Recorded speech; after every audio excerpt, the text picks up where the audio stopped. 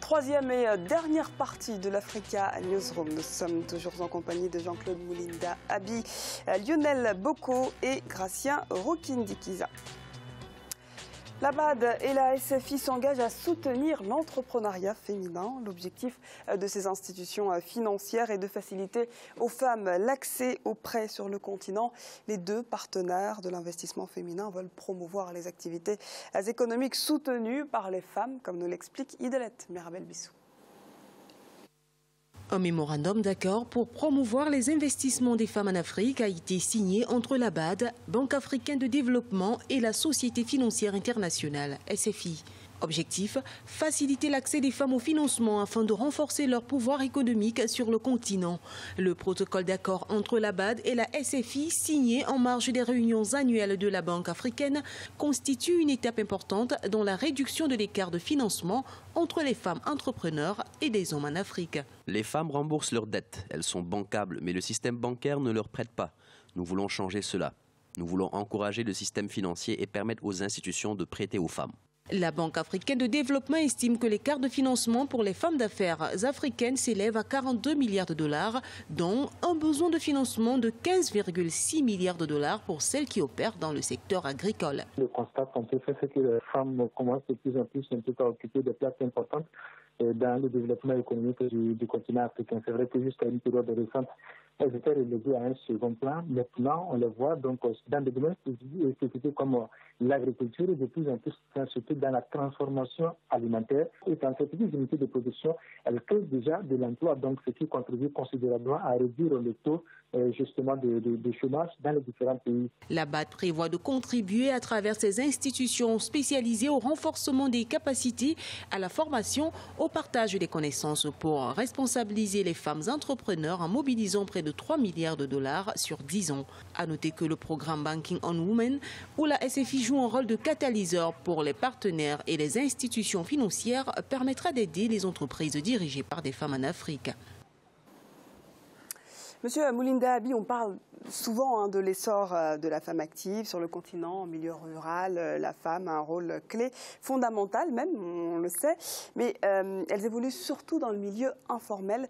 Que faire pour formaliser leur activité aujourd'hui ? Bon, d'abord, je pense qu'il y a deux choses. La première, c'est que il faut que la femme africaine puisse avoir confiance en elle-même, voilà, parce qu'elle a des capacités. Ensuite, il faut que nous, les hommes, on puisse aussi avoir confiance à la femme et l'encourager. C'est là le problème, voilà. Peut-être les mentalités, changer ce rôle de mentalité, oui. Et essayer de dire que les femmes sont sur le même piédestal que les hommes. Est-ce que les sociétés africaines sont prêtes à l'accepter? Je pense qu'il faut aller doucement, ne pas directement dire que les femmes peuvent pratiquer tous les métiers. Voilà, il faut que ce soit vraiment fait de manière progressive, parce que à la base, il y a des métiers qu'on trouve qui sont vraiment destinés à la femme et aux hommes, mais en même temps, on ne peut pas dire que tel ou tel autre métier est catégoriquement limité aux hommes. Mais il faut vraiment aller de manière progressive, mais reconnaître que la femme africaine a des capacités à un niveau intellectuel comme les hommes et vraiment lui donner cette chance. Moi, j'y crois et ça a commencé. Hein. Et quand on voit des institutions qui essayent de se mobiliser, la BAD et la SFI qui tentent de mobiliser des fonds autour de cet entrepreneuriat féminin, est-ce que c'est suffisant? Est-ce qu'il y a d'autres actions que vous estimez possible de mettre en place? Je pense que, oui, je pense que ce n'est pas en vain. C'est vraiment utile parce que pour investir, il faut des fonds. Donc, il faut qu'il y ait ces fonds. Il faut qu'ils soient donnés aussi à ces femmes, à ces jeunes filles, pour qu'ils puissent vraiment montrer ce dont ils sont capables. Parce qu'on ne peut pas non plus faire un projet sans finance. Donc, moi, je pense que c'est déjà le premier pas important. Monsieur Boko, vous estimez, vous, au contraire, que ce n'était pas suffisant, ce type de Non, on n'en fait pas assez. L'économie africaine repose sur les activités des femmes. Ce sont les femmes qui portent l'économie africaine. C'est elles qui portent ça. Et on devrait les aider davantage, parce qu'en les aidant davantage, on va permettre de réduire la pauvreté des ménages. Mais le on, c'est les hommes, vous, ou alors ce sont les États? Qui est ce on que vous mettez dans ce on? Les États, ceux qui nous gouvernent, ceux qui nous dirigent, ils devraient prendre des mesures allant dans ce sens-là. Quand vous prenez, par exemple, les personnes qui travaillent à leur compte, dans un pays comme la Côte d'Ivoire, 37% c'est des femmes. 51% dans un pays comme le Cameroun. 51%. Et la plupart de ces femmes travaillent dans l'informel. Donc, elles n'ont pas accès à des financements sérieux. C'est ce que la BAD et la SFI tentent de combattre, en leur accordant des prêts. C'est déjà bien les efforts que ces banques font, mais elles devraient faire davantage. Elles devraient faire davantage. Prenez par exemple, en Afrique, sur 100 garçons qui vont à l'école, il y a 68 filles. C'est pas normal. Et on pratique encore les mariages forcés, les mariages précoces. Donc c'est la mentalité dont vous parliez tout à l'heure qui est finalement un enjeu au-delà même de ces prêts bancaires. Est-ce que vous partagez ce point de vue quand on voit que les États responsables du bien-être de leurs citoyens, est-ce qu'ils se préoccupent finalement de cette question quand on voit le taux de scolarisation faible des filles, les mariages précoces? Est-ce que finalement on en a conscience de leur valeur? Je ne pense pas. Les États n'ont pas conscience. Il ne faut pas dire, on ne veut même pas parler des hommes, parce qu'on a des pays qui ont été dirigés par des femmes. Le Libéria. Les femmes oui, mais il n'y en a pas beaucoup, il n'y en a pas assez. Hein. Les femmes n'ont pas été plus avantagées. Non, il faut le dire. Ah oui, au niveau de... Ce qui pose un problème au niveau des femmes, surtout en Afrique, c'est la législation. La législation ne protège pas assez les femmes. Les femmes qui font les affaires, on va dire, c'est la communauté des biens. Et les hommes vont dire, vous avez gagné de l'argent, même dans le capital, est-ce que je peux prendre? On ne dissocie pas finalement le capital d'une société du patrimoine commun. Donc, ce qui fait que la femme... Il faut agir sur la législation, d'après vous? Il faut changer la législation, bien protéger la femme. Protéger la femme, déjà, mais la pour jeune appliquer fille... cette législation, c'est un autre problème. Est-ce que les mentalités ne priment pas dans ce cas de figure-là? Non, non, non. Il faut d'abord qu'il y ait la législation. En général, quand il y a une législation qui est claire et... En principe, les mentalités suivent. Les Africains, on n'a pas commencé comme ça. On sait bien comment on était machos dès le départ, avant qu'il y ait une certaine législation qui protège. Ça ne changera pas. Et puis, il y en a aussi en Occident, il y en a partout, finalement. Il y en a partout, mais en Occident, il y a des lois qui protègent. Par exemple, on peut dire, tel, il est protégé de cette façon. Ou, par exemple, on peut avoir 50% de députés au sein du Parlement. En Afrique, il y a peu de pays, c'est le Rwanda qui le fait. Et il y a d'autres. Il y a aussi la législation. Vous avez parlé de l'école. Il faut qu'il y ait une obligation que tous les enfants soient à l'école, y compris les filles. Et une obligation, une interdiction formelle, qu'elle soit pénale, de marier, par exemple, une fille qui a moins de 18 ans, par exemple. On va parler d'un autre défi, l'industrialisation de l'Afrique. L'industrialisation pourrait passer par le secteur manufacturier, notamment du textile à travers l'industrie de l'habillement. En Afrique du Sud, la foire commerciale qui s'est ouverte ce 24 mai dernier a mis en valeur cette richesse, comme nous l'explique Idelet Mirabel-Bissou. En Afrique du Sud, plus de 150 marques sont exposées à la foire commerciale depuis le 24 mai 2017. Objectif, promouvoir les produits fabriqués en Afrique auprès des acheteurs internationaux et inciter les entrepreneurs africains à échanger leurs expériences. Les exposants viennent de 16 pays du continent et du monde. L'industrie du textile africain est plutôt bien mise en valeur dans ces stands. Même si le marché du textile dans certaines parties du continent est compromis par l'afflux d'importations étrangères, les Africains veulent montrer le visage de leur culture en la commercialisant. En Ouganda et dans la plupart des pays de l'Afrique de l'Est, l'industrie textile est pratiquement inexistante. C'est un secteur monopolisé par des vêtements d'occasion. Du coup, ce que nous faisons avec les matériaux locaux, c'est de former nos tailleurs afin qu'ils deviennent des artisans à part entière. Jusqu'aux années 1980, les tarifs élevés du textile en Afrique protégeaient l'industrie de l'habillement, mais avec les programmes de libéralisation économique, les tarifs ont connu une baisse et les usines locales ont dû affronter une nouvelle concurrence. Aujourd'hui, par exemple, le Kenya importe environ 100 000 tonnes de vêtements d'occasion par an, mais les États veulent davantage s'orienter dans les exportations. En Afrique, l'accord AGOA a certainement offert aux pays africains une opportunité et des pays comme l'Éthiopie, le Kenya, Maurice, le Lesotho et le Swaziland l'ont tous embrassé et ont des marchés d'exportation assez forts pour l'Amérique en ce moment. Et il y a également d'autres pays qui ont fait du coton leur outil de travail de base pour développer l'industrie dans leur propre région et pays. Donc oui, il y a certainement une résurgence au sein de l'industrie en Afrique.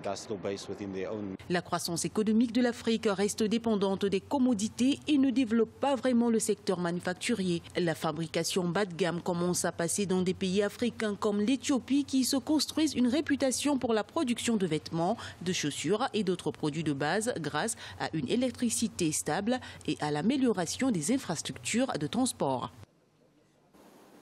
Gracien, finalement, est-ce que les autres pays africains ont plutôt intérêt à copier un petit peu le modèle éthiopien qui s'accapare le secteur du textile en Afrique ? On peut essayer de copier, mais l'Éthiopie a bénéficié en fait d'une chose, c'est parce que la Chine produisait plus cher. Les ouvriers chinois devenaient plus chers que les ouvriers éthiopiens. Et les Éthiopiens, ils étaient plus habiles, donc ils ont appris avec les Chinois. Ils produisaient les vêtements pour les Chinois, les chaussures pour les Chinois, mais aujourd'hui, ils produisent pour vendre. Donc, pour moi, ça serait bien que les gens, les Africains, commencent à produire eux-mêmes dans leur conception, non pas pour, surtout pour on parlait des accords d'AGOA. Oui, AGOA, c'est bien, c'est intéressant, mais les Africains, pourquoi on peut exporter alors que les Africains importent la même chose? On exporte les vêtements, on importe les vêtements. On exporte les produits, il y a certains produits qu'on exporte et qu'on importe d'autres. Dans des pays où il y a un surplus de production au niveau agricole, dans d'autres, on importe. Il y a une certaine conception de l'Afrique économique, de se dire j'ai besoin de quoi, qu'est-ce que vous avez, comment est-ce qu'on peut échanger. C'est de cette façon-là, on peut même s'industrialiser en produisant au sein de l'Afrique. Monsieur Boko, vous estimez que ce secteur textile est une aubaine pour l'Afrique et surtout face à l'enjeu de l'industrialisation du continent? Bien sûr, c'est une aubaine pour l'Afrique. Et moi, il y a quelque chose que je ne comprends pas très bien. Enfin, je l'admets. Dans le reportage, on parlait des vêtements d'occasion. Mais ces vêtements d'occasion, ils viennent d'où? On sait tous d'où ils viennent. D'accord? Alors, il y a des pays africains qui ont, par exemple, une législation assez sévère en ce qui concerne les véhicules d'occasion. Pourquoi ne pas mettre en place une législation similaire pour les vêtements d'occasion? Il faut que les Africains produisent. Alors, on n'a pas des industries lourdes. Mais si on peut développer des industries comme celle-là, c'est déjà pas mal. Donc c'est intéressant, ça serait au niveau des États de finalement limiter au mieux l'importation de tous ces vêtements qui viennent de l'extérieur. Exactement, c'est des mesures qui doivent être prises rapidement et surtout, il faut favoriser les échanges inter-États. Les échanges inter-États, tel pays produit, tel autre pays achète, etc. C'est comme ça que ça va fonctionner. Monsieur Moulinda Abi, finalement, est-ce que cette industrialisation est possible autour de l'enjeu, comme le disent nos intervenants, de ce textile? Oui, je prends l'exemple de cette partie-là de l'Afrique, l'Afrique de l'Est, à savoir le Rwanda, le Burundi, l'Ouganda, le Kenya, la Tanzanie, qui ont pris... je ne sais pas si on peut qualifier de bonne initiative, vraiment de bannir les vêtements d'occasion. Pourquoi ça ne serait pas une bonne initiative? Bon, parce que non seulement... Il y a toujours les vêtements d'occasion. Parce que non seulement ça a été quelque chose qui est... Ça ne marche pas, donc ça ne fonctionne pas de les interdire? En fait, c'est une décision qui a été prise. Et comme dans un pays comme le Rwanda, on aimerait bien, mais... C'est une décision qui a été, qui est tombée sur la tête vraiment de pas bien préparée. On n'a pas donné assez de temps. Voilà, c'est une décision d'une grande conséquence parce que il y a les habitudes. Je ne dis pas qu'il faut toujours se laisser faire par les habitudes, etc. Mais je pense que on n'a pas donné le temps à ce que la population puisse mûrir cette idée et que les industries justement puissent au moins produire assez de vêtements pour pouvoir remédier à ce manquement de vêtements qui venaient de l'extérieur. Après, donc c'est une décision qui n'a pas fait plaisir à la population. Moi, j'ai écouté sur plusieurs radios locales. C'est les mentalités, vous estimez finalement on vend mieux quand ça vient de l'extérieur?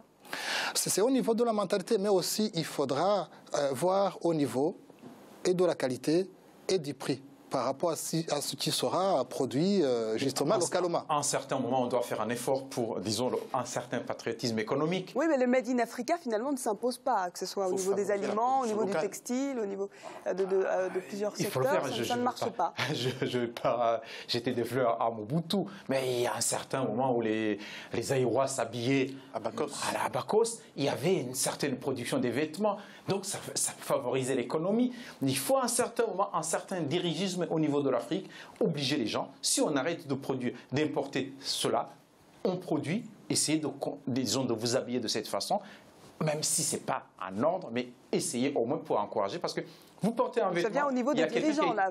Il y a quelqu'un qui a été payé, et cette personne fait nourrir sa famille, il fait partie de notre peuple. Donc, c'est un certain patriotisme. Merci pour toutes ces précisions, messieurs. Merci donc à Jean-Claude Moulinda Abi, vous êtes journaliste. Merci à vous. Merci également à Lionel Boko, économiste, d'avoir participé à cette émission. Et enfin, merci à vous, Gracien Rokinde-Dikiza, notre éditorialiste. Merci, Thierry. Bonsoir à tous. Et merci à vous, chers téléspectateurs, de nous avoir suivis. Restez sur Africa 24, l'actualité se poursuit sur notre antenne.